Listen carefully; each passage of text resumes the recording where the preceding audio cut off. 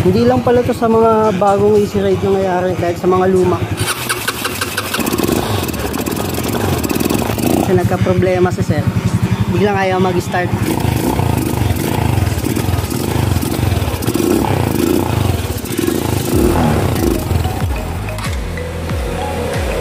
Wala nga 2K. Umabante na siya eh. Testing up. Sumasahid yung stand. Stand. Yan o. Ang bilis mag 50. Basic.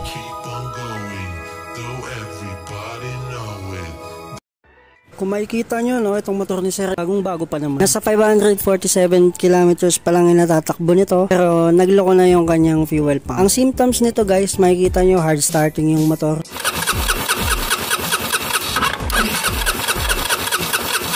Tapos kapag nag-start siya, totally walang minor, kahit isagad-sagad mo na yung idle screw.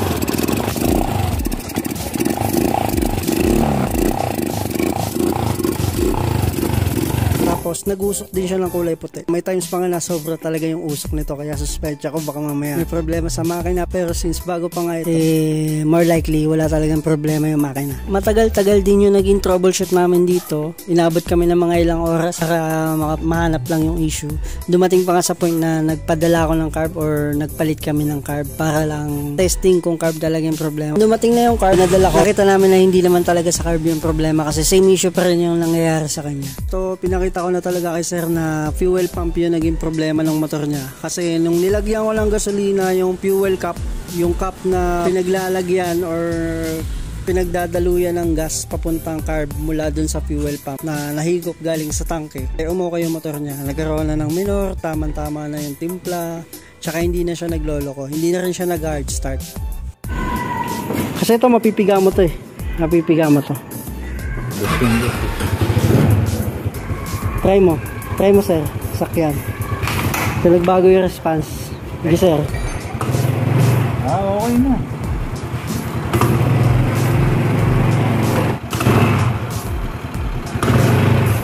Diba? Meron na siya. Fuel pump na lang talaga sir. Okay, ano ko nila muna dito.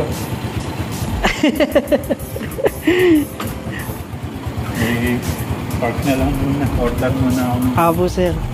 Yun na lang talaga kasi kita naman natin problema. Gusto ko na lang dito kay sir, since wala naman kami magawa, talagang maghihintay kami na dumating na lang yung order niya at pina-order ko siya ng bagong fuel pump. Either sa Motorstar or gumamit siya nung fuel pump niya na pang GY6. Pwede dito yung pang Jet 4 ng SYM.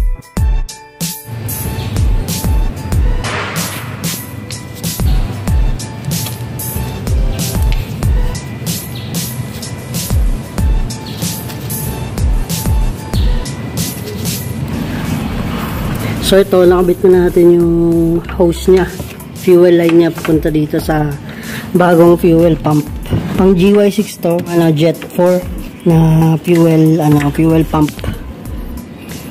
Sa vacuum base din siya, nakakonekta sa manifold. Ito yung hose niya, papunta dyan. Tapos magtutulak yan ng gas papunta dito sa reserve. Ayan, dapat mapupuno yan. So may takip yan, tsaka o-ring. Ingatan na lang pagbalik. Nakaraan kasi nung inayos namin to, bigla siyang nag-uusok yung tambucho. Tapos ayaw mag-start ng maayos. Ngayon titignan natin, since nagpalit na ng bagong fuel line si sir, kasi sira na yung luma, and common issue daw yun sa mga 150p. Susubukan natin kung okay to Jet 4 na fuel pump. Yan. Press lang purpose niyan tsaka function dun sa lumang fuel pump ni sir. Pinagkaiba lang nila syempre yung tornilyuhan, magkaiba yung linya or yung salpakan ng tornilyo, pero yung linya niya parehas lang. May in and out ng fuel tsaka may vacuum. So ngayon tingnan natin kung mag-start.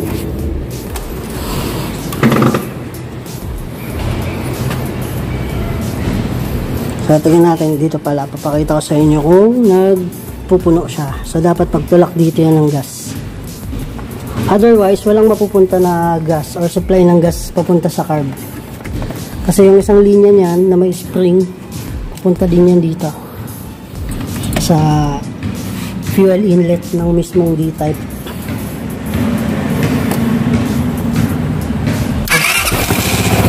Yung start agad, one click, cold start yan ha.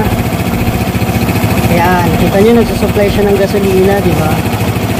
Dapat mapupuno yan. Kung hindi man mapuno, at least half. Basta nag-aaral siya ng supply. Yun kasi yung indication na mayroon siyang tamang gumagana na fuel pump. So off natin. Masasobra kaya, hindi naman siguro off natin.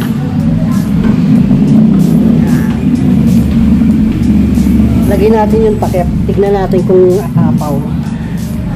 Kasi isa pa yun pag masyadong malakas yung fuel pump, baka pwedeng umapaw siya. Pero mayroon yung overflow sa ilalim. Yung overflow niya yan, pabalik yan doon sa tangke. Ito yung linya na ito na isa. Pabalik yan doon sa tangke. Yung walang spring. So, once na mapunta siya doon sa pinakagitna, babalik sa tangke yan. Yung structure niya. Ito yung linya papunta sa pump. Ay, galing sa pump. Reserve. Tapos ito yung linya na papunta naman doon sa carb. Ito. Yan. So, cold start to. Cold start kanina pero nag one click kagad siya. Ngayon titignan natin kung sa sobra. Kasi baka masyadong malakas yung pump. Pero most likely di naman nangyayari yun. Kasi dahil nga sa drain. Yan, one click. Tapos maayos na yun yun.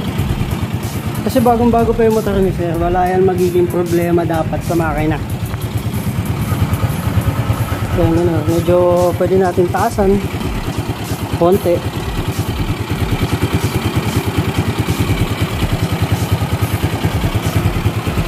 Buhay lahat ang function niya sa carb. Okay lahat, pati itong fuel, ay ano niya, auto choke niya, buhay din. Ito yung vacuum sa manifold, connection sa EGR, lahat normal. Okay lahat. Kaya dapat, gagana siya ng maayos. Ngayon tingnan natin, i-rev natin kung aabot siya ng at least mga 4K, 3K RPM. Yun, 3K RPM, walang pugak, walang hagok. 4K. 5K. So medyo gumagalaw kasi naka-center stand. Normal lang yan sa 150p. Ang gilid lang naman dapat yung gagawin ko dito Kaya lang yun nga. Chinek na din natin kasi nagka-problema si sir. Biglang ayaw mag-start. Yan, tahimik na tahimik naman siya. Wala naman problema. Yan. Tahimik siya. Tsaka hindi na hagok. Kasi yun, mag-start siya, mag-steady siya, pero pag piniga mo, mahagok. Mahagok siya. Ngayon ito, walang hagok. Tsaka since nakapanggilid na to, konting piga mo lang, abante na siya. So yung mga may problema sa ganun, no, yung biglang nagusok to, tambucho, tapos ayaw mag-start ng motor, hirap mag-start, nag-hard starting, most likely nagiging problema ito. So buksan natin ito mamaya, papakita ko sa inyo yung naging problema niya. Kasi ang nakita ko nung nakaraan, itong linya na to. Yan. Yung linya na yan, napapasok ng gas. Napapasok siya ng gas. So yung gas na dumadaan dito sa in and out, humahalo dito yung bagyak. So parang may butas or may lusot.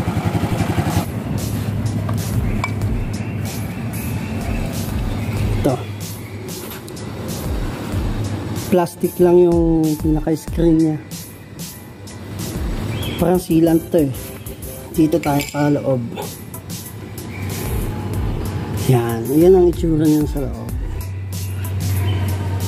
So yan yung in and out. May mga spring yan. Dapat pag magbubuga ng hangin, pag magpapump ng hangin lang dapat ang lulusot dito. Pero siya kasi sira na siya. Ayan. Butas. Dapat kasi nakadikit. Yan matatanggal. Nakadikit siya. Ayan, hindi matatanggal yan. Kahit anong alam mo dyan, hindi siya matatanggal. Ayan. Ayan, tanggalin na natin ang buo kasi natanggal na siya ng tuluyan. Mabubuksan din natin ito. Wait lang. Mas kita yata sa kabilang side. Ito kasi ayun, may mga loose na din siya. May traces na siya ng gasolina. Ayan, pasok sa plastic. Kita nyo. Ayan. Ito. Yan o, diba? Tingnan nyo. Dapat walang gas yan. Kung meron man, dapat nasa labas lang, hindi tumatago sa loob. Kasi dapat hangin lang yung nagpapump sa kanya dyan eh. Pati ito, sira na din to. Kasi yan, may marking siya dyan oh. Ayan o, kita nyo may dikit. Ang hirap tanggalin. Dapat ganyan yan. Hindi siya basta-basta natatanggal. Tapos may sealant din yan. May mga seal yan. Ayan, tingnan mo. Diba ang higpit? Bago ko siya matanggal, mahigpit siya. Actually, nare-repair to. Kaya lang, nag-decide na din si sir na palitan. Siya naman bumili ng pyesa eh. Ako kinabit ko lang. So baka mayroon to maliit na butas. Ayun, ayun. Hindi pala kita. Ayan, maliit na butas lang. Hihigop na ng gasolina yan. Kasi yun nga, bukod sa tanggal na yung pinakagoma niya, may butas pa siya dito. So imbis na hangin lang dapat yan, nagpapump yan. Kasi ayan o, magpapulse yan eh. Oras na humigop kasi to, may papasok din dyan hangin. Yan. Parang may back pressure siya dyan. Dapat hangin lang talaga yan. Ano nangyayari? Imbis na hangin lang napahigop, nahihigop niya patigas. Ayan, pati sa loob, diba? Kita nyo. Dapat walang gas dyan eh. Nabutas. Ayan. Ayan, crack sa loob. Ayan, yung iba niya repair to. Pero si sir, yun nga, hindi na niya ni-repair. Pinalitan na niya ng bago. Eh, umorder din siya ng pang motor star. May pang motor star dito na. Ayan, bago. Ito yung code kung gusto nyo mag-order. Kaya lang si sir kasi, since 500 pa nga lang yung odo niya, bumigay na. Parang gagawin niya na lang reserva ko. Tapos yung mismong fuel pump na bago ito. Nakakabit na lang siya dyan. Although hindi kasya yan doon sa tornilyuan. Siya na rin nagsabi na i-ano na lang natin, ilalak na lang natin siya dito ng cable tie. So pakita ko sa inyo mamaya. Tignan na lang natin kung saan siya hindi maiipit. Pero so far, ayun, okay na yung motor na sir. Cold start to, simula kanina ng pag-start natin. Hindi ko pa to binuksan ng pagdating ko. Tsaka hindi pa to nabuksan ni sir nung iniwan namin to na, ayun. Pinaliwanag ko sa kanya kasi nakita niya naman dito. Pag nilalagyan ko ng gas dito, okay lahat. Kasi ang problema niya mismo, yung pump. Yung humihigop ng gas mula sa tanke sa ilalim, papunta dito sa parang reserve niya na nagsusupply din ng gas dito sa fuel line ng carb. Yan, so okay na lahat. Nalagay ko na tong cable tie. Actually hindi yan masyadong perfect, pero at least steady naman na yan. Hindi na yan basta-basta gagalaw. Ayan, patigas-tigas na yan. Tapos inayos ko na din yung linya nito kasi nagkakandabul-buhol siya. At itong throttle cable niya, as is lang naman yan dyan. Nakalinya lang siya dyan. Naka-loose lang. Ito kasi yung dating kabitan nung pump. Pero since mahaba-haba kasi yun siya, parang medyo naka-side or nakabaligtad siya, pwedeng hindi umabot yung pump. Ito nga, pinalitan ko din ng mahabang hose kasi maiksi siya masyado. Pero yun, okay. Napupuno, pero hindi nag-overflow. Ibig sabihin, gumagana yung ano niya, yung backflow na tinatawag. Backflow, ewan kung backflow yung tamang term doon. Ano, kasi babalik yan eh. Kung saan babalik yan kapag ano, pagka patay yung makina. Hindi siya basta-basta overflow dyan banda sa reserve.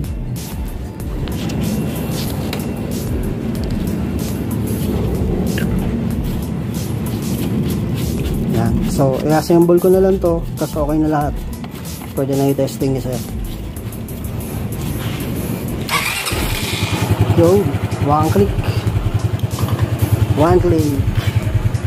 Ang PCX. PCX ni sir. Yan, easy ride 150p.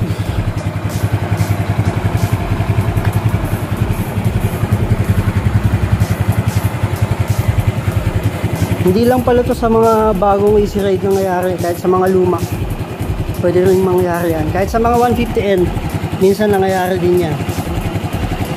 150N, 150Q, 150P. So lahat ng carb type ni Motorstar na nandito yung tangke, nangyayari ang problema na yun. Kung makikita nyo, tukay lang titik ko, pero umiikot na yung gulong sa likod. Indication na wala na rin siya halos delay. Yan, di naman halatang na-stuck yung motor ni sir dito. Kasi di niya dinagamit ng almost or more than 1 week. Dahil nga doon sa issue. Timing ko yung makina. Wala naman problema.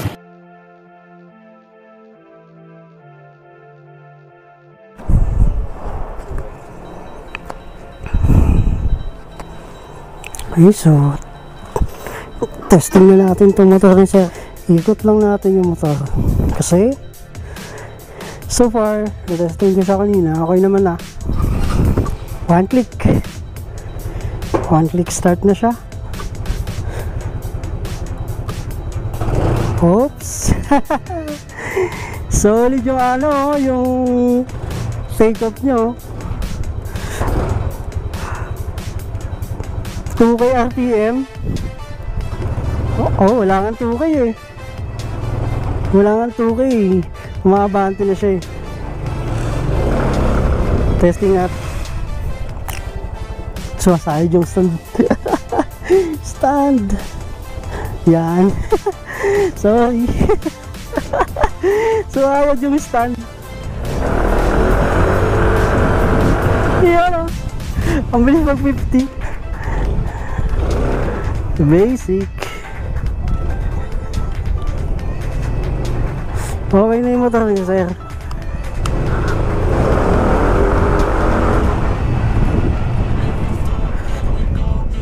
Testing lang natin dito sa gilid. Tapos sabi niya parang nahirapan daw itong umakyat. Natin kung mahirapan pa siyang umakyat. Yan, basic na umakyat ah.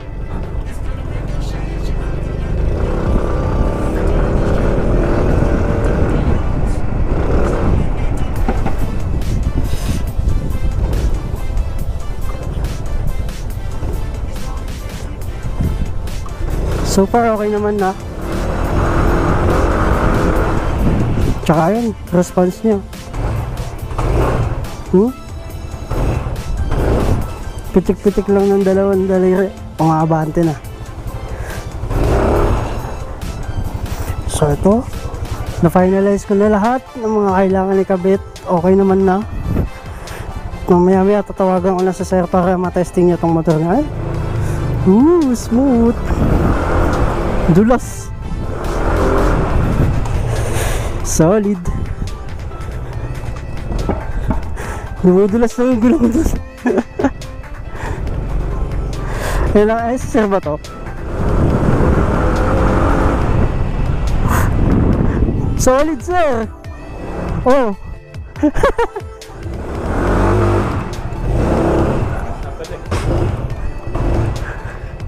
Yan o. Hindi naman sobrang lakas. Sakto lang, sir. Medyo in-adjust ka na rin tono ng carb. Ayan, okay siya. Ano mo? Nasungkit mo? Oh, sir. Hindi lang sungkit. Talagang inayos ko na sa gilid. Para ano siya. Halos kaparehas pa din siya nung alignment ng stock. Pero hindi siya maalog. Dalawang cable tie siya dun sa may mismong bracket. Kasi hindi talaga siya magkaparehas eh. Pag pinarehas ko siya, although abot, tatabingi kasi siya. So hindi aabot yung fuel line. Maiksi yung fuel hose. Siguro yung palit ako susunod na. Pwede, sir. Kaso bubuksan mo talaga yun ng ilalim yan. Hindi lang kabisado nun para kabisado. Ayun, tignan mo, sir. 1000 RPM, 15 RPM lang yung idle. Pero hindi namamatay. Tapos pagka piniga mo, konting-konti lang. Tsaka hindi bumababa. Umaabante na siya. Dati bumababa. Mamatay talaga kahit ganyanin mo. Ay, talaga dapat di bababa na sobra. Tsaka yun, yung tunog oh. Oo nga eh. Pwede na. Bigyan kita ng isang ikot, sir. Naggaganito ba to? Alin? Gumaganito to? Dati? Ayun oh. Wala na. Sakto na. Okay.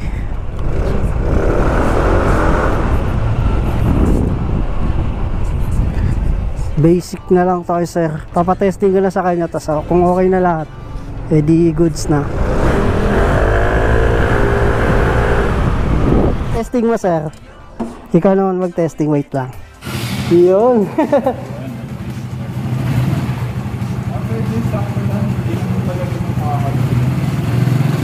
Pag daan-daan ka, daan-daan lang din siya. Maganda, sir. Labas mo sana, sir. Daan-daan lang magpatakbo si sir.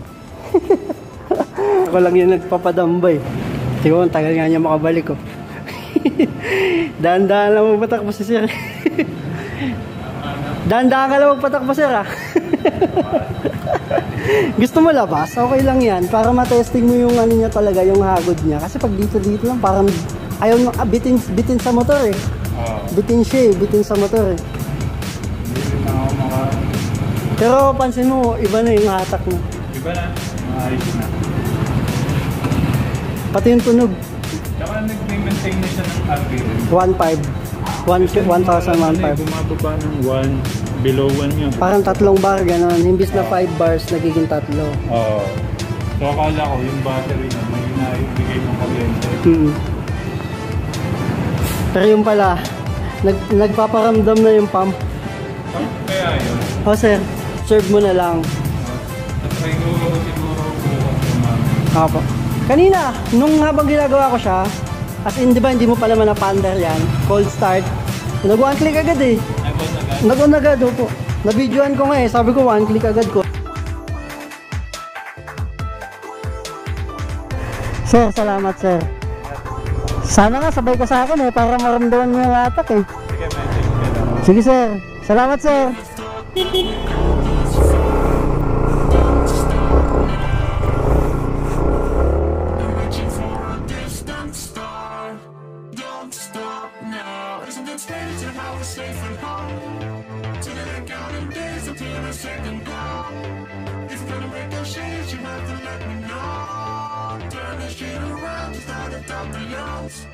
It's all you need to know.